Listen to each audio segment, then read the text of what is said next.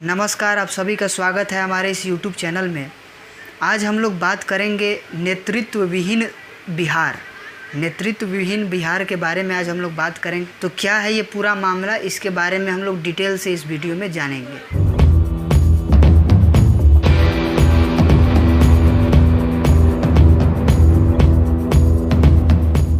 आप सभी ने देखा ही होगा कि आज 4 बजे से अमित शाह ने वर्चुअल रैली की शुरुआत कर दी है बिहार चुनाव को लेकर के। अक्टूबर-नवंबर में ये चुनाव होंगे और जब अमित शाह का जब से ये वर्चुअल रैली के बारे में विपक्ष को पता चला, तब से ही एक पोस्टर वार शुरू हो चुका है विपक्ष में और पक्ष में। अभी हम लोग राजनीति की बात करते हैं, खासकर बिहार की राजनीति की, तो हमेशा से ये बिहार के राजनीति में आप देखिएगा कि जब भी चुनाव आएगा ये लोग सेंटर की तरफ मुख कर देंगे और नाना प्रकार की राजनीति छिड़ जाएगी कि हमारा केंद्र सरकार जो है, वर्तमान केंद्र सरकार, वो आरक्षण छीन रही है, विशेष राज्य का दर्जा नहीं दे रही है, स्पेशल पैकेजेस नहीं दे रही है। जबकि ये लोग खुद से कुछ नहीं करते हैं। अगर आप बाकी राज्यों से कंपैरिजन करें, आप यूपी से करें या आप दक्षिण भारत से करें, आप गुजरात राजस्थान से करें, तो वो राज्य कैसे केंद्र में उनके भले ही विरोधी सरकार हो, उसके बावजूद वो लंबे समय से अपने बूते पर वो लोग अपने राज्य को विकसित करने में लगे हैं। पर बिहार में जब भी आप देखेंगे, अभी रिसेंटली न्यूज़ आ रहा है कि एक राष्ट्रव्यापी आंदोलन ये लोग करेंगे बिहार में और बिहार से बाहर भी, आरक्षण को लेकर के। उसमें जीतन राम मांझी थे और तमाम तथाकथित बड़े बड़े दलित नेताओं का उसमें पूरा जमावड़ा था, जमघट था। आरजेडी अपने आप को इससे बाहर कर रही है। आरजेडी चाह रही है कि इस मुद्दे का लाभ हमें मिले, हम दलितों के मसीहा बन के उभरें। इसमें आप लोग हमेशा देखिएगा कि जब भी चुनाव आएगा ये लोग ब्लेम गेम करना शुरू कर देंगे, एक दूसरे पे छींटाकशी। आप देखिए कि जातिगत राजनीति शुरू हो जाएगी, दलित, महादलित, ओबीसी, ये सब मामला आ जाएगा, मुस्लिम का एक अलग एंगल इसमें आ जाएगा। कोई भी समूचे बिहार के 11 करोड़ जनता के विषय में कभी नहीं सोचता है।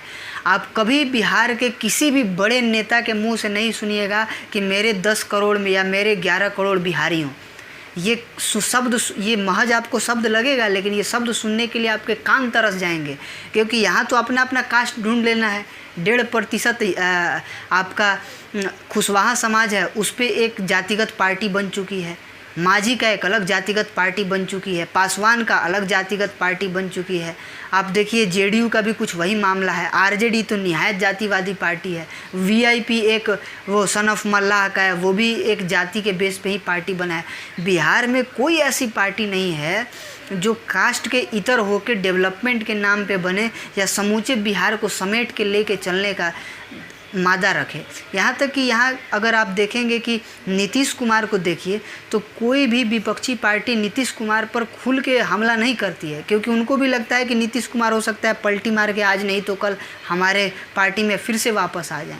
और इसी बात का नीतीश कुमार भी फ़ायदा उठाते हैं कि मेरे अलावा कौन, ये जो एक गैप है कि मैं नहीं तो और कौन, इसी का वो फ़ायदा उठाते हैं।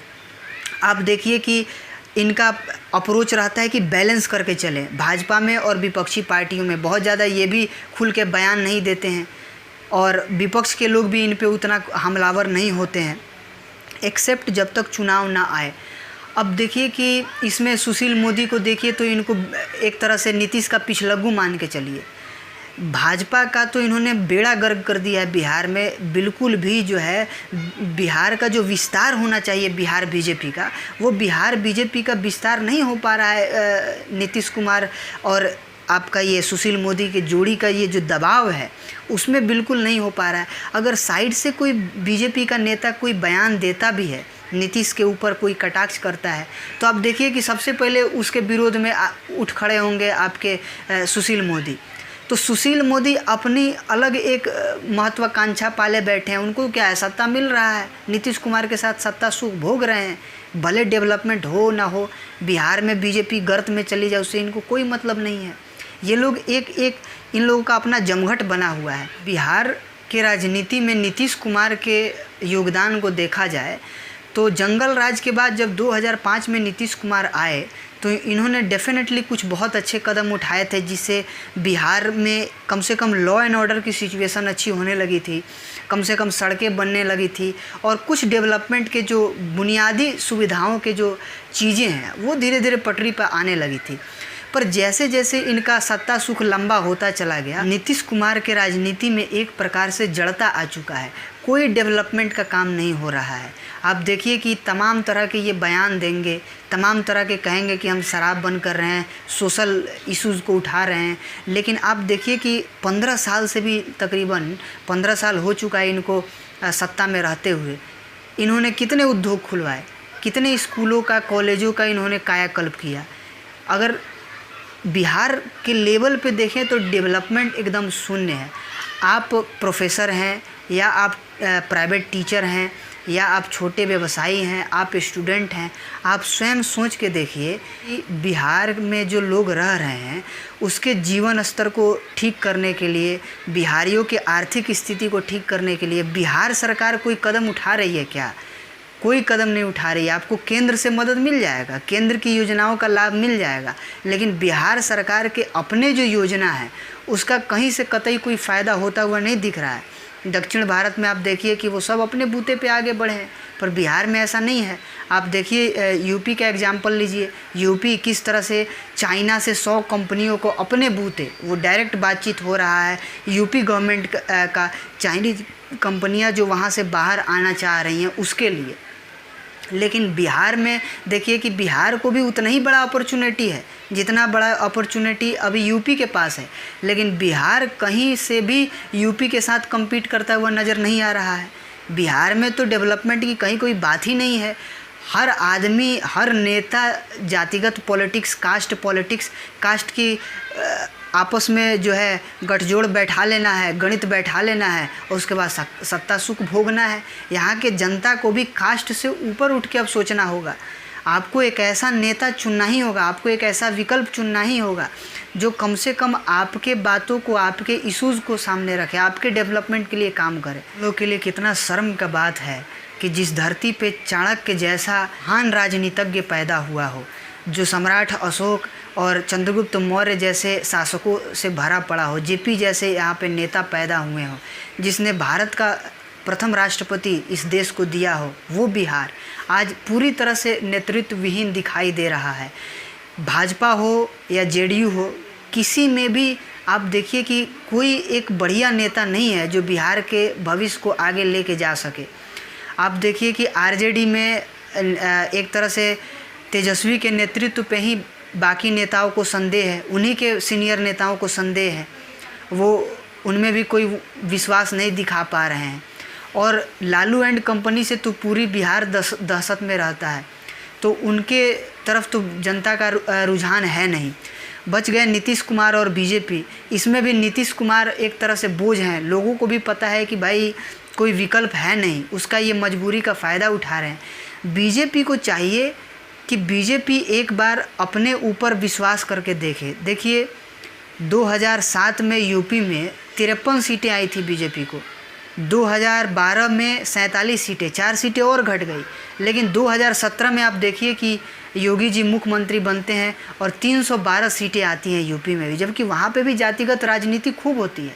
उसी प्रकार अगर आप देखें 2015 में भी भाजपा का बढ़त बहुत ज़बरदस्त था। अगर चुनाव कैंपेन के हिसाब से भी देखें तो लोगों में उत्साह था और भाजपा का लहर भी ठीक था।